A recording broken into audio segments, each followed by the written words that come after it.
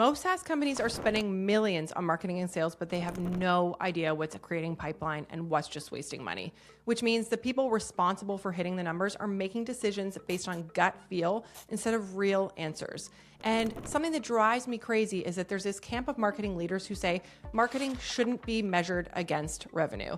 And I downright disagree with that. I think that's stupid because the truth is marketing exists to help create revenue. That's the end goal. So yes, marketing teams should absolutely be measured against it. I have seen the same patterns over and over and over again after working with over 200 B2B SaaS companies, but I've also seen what happens when they fix this. Leaders stop guessing, they see exactly what's creating pipeline fast and efficiently versus what's just eating up budget and barely converting. And then they can finally scale with confidence using actual data, not gut feel. So in this video, I'm going to show you how to create pipeline predictably and systematically so that you're not stuck at the end of the quarter, staring in the rear view, trying to figure out what the heck went wrong. But before we get into the framework, I want to be really clear about something. Elite GTM leadership now in 2026 isn't about doing more things or even learning how to do things better. It's really about discernment and approaching the problem entirely differently with a mindset anchored around measurement and diagnosis. The companies that master this realize that GTM becomes clearer, simpler, and way more straightforward. No more gymnastics to pull the data, no over-explaining to the board every QBR. So with that in mind, let's get into it. So the first step is to stop flying blind with your data and actually have the ability to tie every activity to actual business outcomes across the entire buyer lifecycle with simplicity and clarity.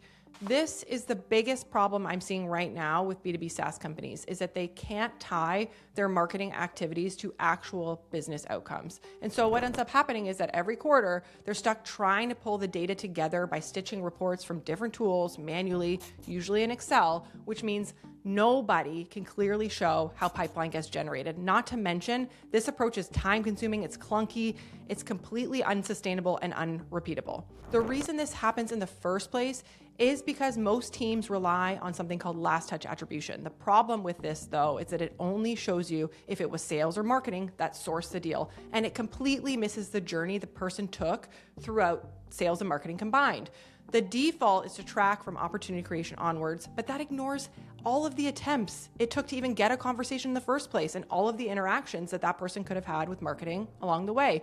So what happens is when pipeline drops and win rates decline, you can't diagnose why. All you know was the last thing that happened or which team sourced the deal, which is rarely the full picture or even an accurate picture. So you need to fix this. And in order to do so and understand why your current model isn't working, you need to know why it's broken to begin with. So let's talk about ditching that 4-funnel model. I would say 95% of companies are still using some version of the 4-funnel model or the traditional demand waterfall: lead, MQL, SQL, opportunity, and so forth. Basically, it's an overly simplistic model that ascribes credit to whoever sourced an opportunity, okay? With this model, you label every deal as either marketing sourced, SDR sourced, AE sourced, or partner sourced, or depending on your motion. And then you measure, okay, how much did that team create for pipeline and revenue? In practice, this is how the buyer journey actually works in B2B. Somebody sees your ad, they visit your website, they download a guide, maybe they attend a bunch of webinars across a number of weeks. Maybe they're talking to your SDRs at some point in that journey, and then a meeting gets booked. They talk to an AE and they eventually close. But that journey is not linear, and it's impossible to say that that deal happened because of one specific thing, because it was likely many activities and many touch points working together cohesively. But the 4-funnel model forces you to pick one, and that's why it doesn't tell you anything useful. If pipeline is down, all this model will tell you is marketing's contribution was down. Doesn't tell you why, and it doesn't give you any insight on what to fix. So instead of answers, you get a whole lot of blaming and finger pointing. But I want to be totally transparent. You don't need better attribution to solve this problem. You need a completely different way of actually looking at your GTM. So instead of using a 4-funnel model, what you need to do here is to actually think of your GTM much like a factory. Okay, so a factory operates with an extreme level of precision. They measure everything end to end so that the factory can operate as efficiently as physically possible. And when that happens, the factory knows exactly how much supply and raw materials they need to generate the final product out the other side. And that is exactly how we should think about pipeline creation and revenue creation. And it's not just about operational effectiveness either. It's also about efficiency and eliminating waste that kills performance across the entire factory. If your MQLs, for example, convert to pipeline at say 2% or even anything under 10%, that means 90% or more of what you're doing results in waste, wasted spend, wasted time, wasted resources. Factories, on the other hand, operate with very little waste, and your GTM can too. You just need to see where the waste is coming from so you can go ahead and cut it or fix it. And just like a factory has different stages on the production line, your GTM has similar distinct stages that you need to measure. Okay, so let's talk about that. First is the engagement stage, which is from the very first captured signal or touch point to when sales or your SDR team goes and picks up that contact. For example, maybe they visited your website or, attended an event. That whole journey to when they get picked up by sales could be 30 days, 200 days, 400 days, depends on the business. The next stage is prospecting. This is from when your SDR or your sales team picks up those leads and works them through when the opportunity gets created or that person disqualifies out of the process.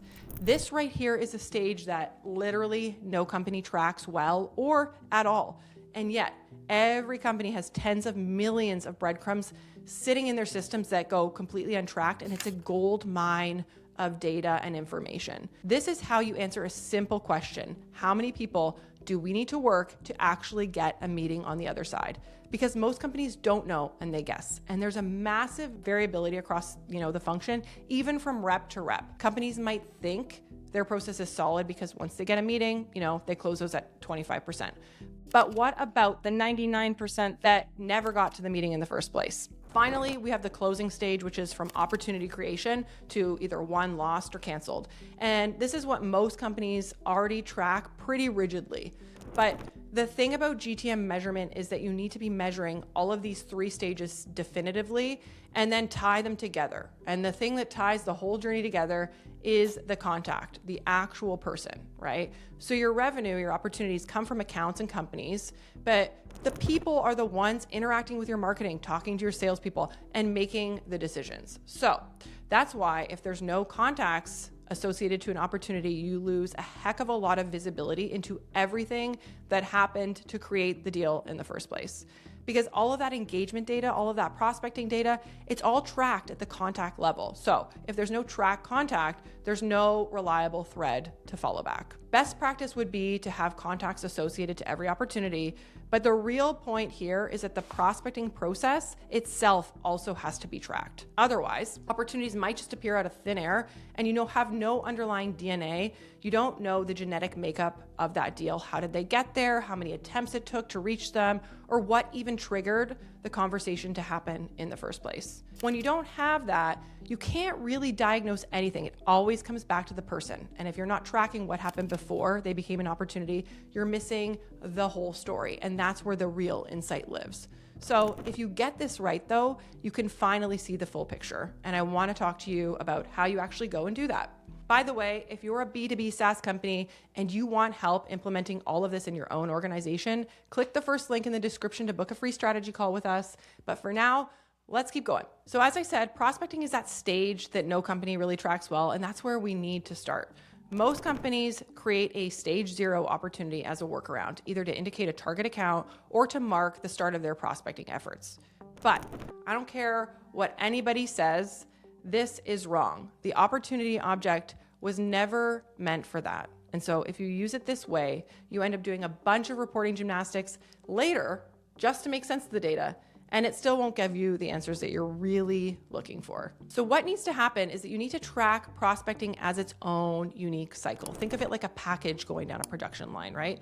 Every time a new prospecting cycle starts, that package gets stamped with all of the context at that moment in time. The problem with using, the traditional lead status in CRM is that it's just a single field that typically gets overwritten, sometimes multiple times, if not dozens of times. So if an SDR works somebody and they say they're not interested, and then 3 months later they try again, all of that data from the first attempt is gone.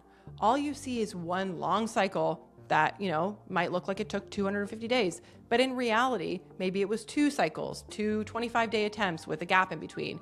That is novel insight right there that most companies miss. and lose out on.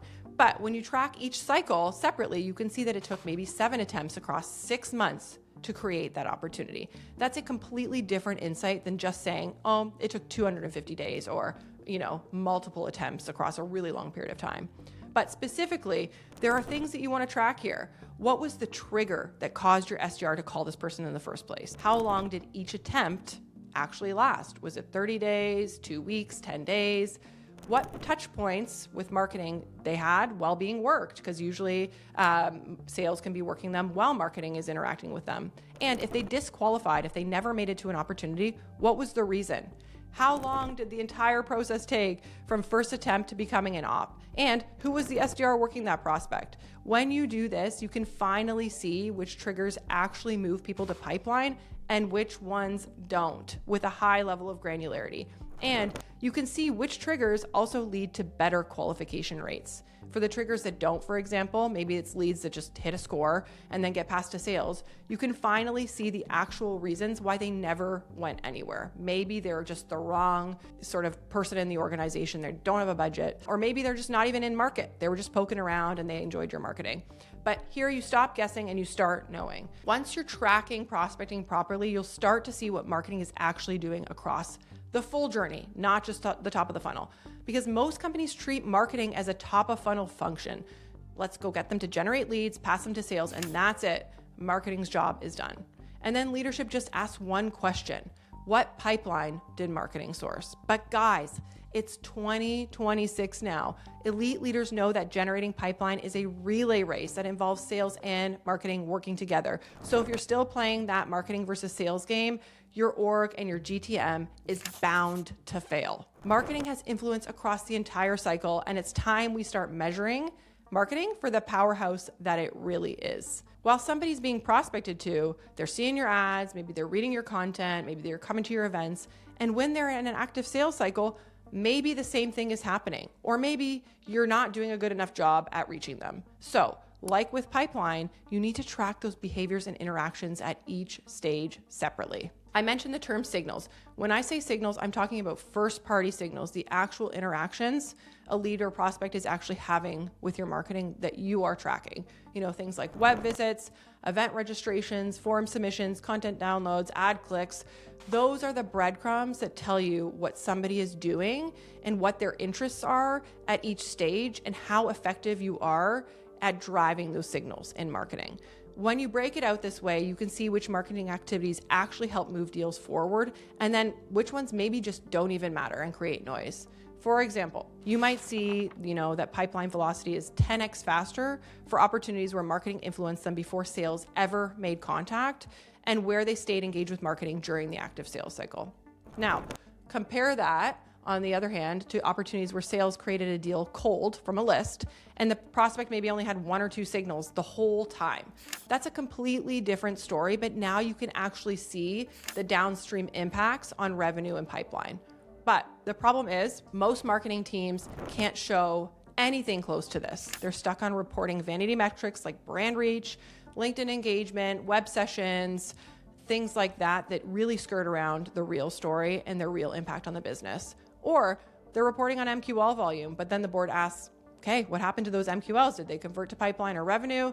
And they can't connect the dots, or the story looks really, really grim and they don't have an explanation as to why. Most commonly though, that thread breaks after the lead is created. Everything else is invisible. And yet when pipeline goes down, who gets blamed? Marketing gets blamed. When you can track signals and influence across every stage, like I just described, you can finally show what real impact looks like. Not just saying stuff like, oh, we got 10,000 impressions, but saying, for example, that prospects who attended our webinar during the sales cycle closed 30% faster than those that didn't. That's something the board actually cares about. So now you have visibility into the full journey: engagement, prospecting, closing, and what marketing is doing across the entire journey. But visibility alone doesn't help grow pipeline. You need to actually do something with that visibility. What you're looking for here are your high yield patterns and your hidden drains. Some activities are fueling growth. Most leaders know that. For example, you might see that paid search drives a high volume of demo requests and those convert to revenue, 5x the rate of other MQLs. That's a high yield pattern you should double down on. That is worth budget reallocation or a budget increase. But others, on the other hand, are draining budget without any return, right? And a lot of companies don't know this or can't measure this well. Maybe your paid search is driving a ton of site impressions, but then when you look at the data, none of those impressions ever connect to an actual buyer's journey or the people associated with an opportunity. No pipeline or revenue, literally just spend. Before, you couldn't tell the difference, but now you can. So once you have this data, you need to, identify the 3 to 5 things that are actually working, double down on them. How do you get more mileage from them? Cut the stuff that's not moving the needle, stop wasting money and time, or just fix that motion and do it differently. This is how you go from guessing to actually knowing and communicating confidently. You can make decisions confidently. You can present a data-backed narrative to your board, not just slides that are filled with fluff and that everybody questions. And for the first time, if somebody handed you $1 million to invest in pipeline creation, you would know exactly where to put it. But even better, you now have leading indicators that you can watch closely, not just lagging indicators that don't tell you what to do differently. If something's not working, you spot it immediately, and then sales and marketing can align fast and, act on a plan. It's like a Toyota factory. When there's a defect on the production line, workers pull the andon cord and everything stops so the problem gets fixed before it costs the facility money, and your GTM should operate no differently. What I have given you here is just an overview. There is so much more that goes into actually implementing this, and obviously I can't cover everything right now. But for most, this is a net new framework. For a lot of leaders, it requires a new way of thinking. The best GTM leaders are already doing this. They're paving the way, and everybody else is gonna have to catch up eventually. So if you're a CMO or the leader responsible for pipeline creation at a B2B SaaS company, and you're ready to shift from guesswork to making decisions with data and, more importantly, complete clarity, click the first link in the description to book a 3 strategy call with us. In just 2 weeks, we will give you complete clarity into what's working, what's not, and what you should do differently when it comes to your GTM strategy, all backed by data. So again, click that first link below to book a call, and I'll see you in the next video.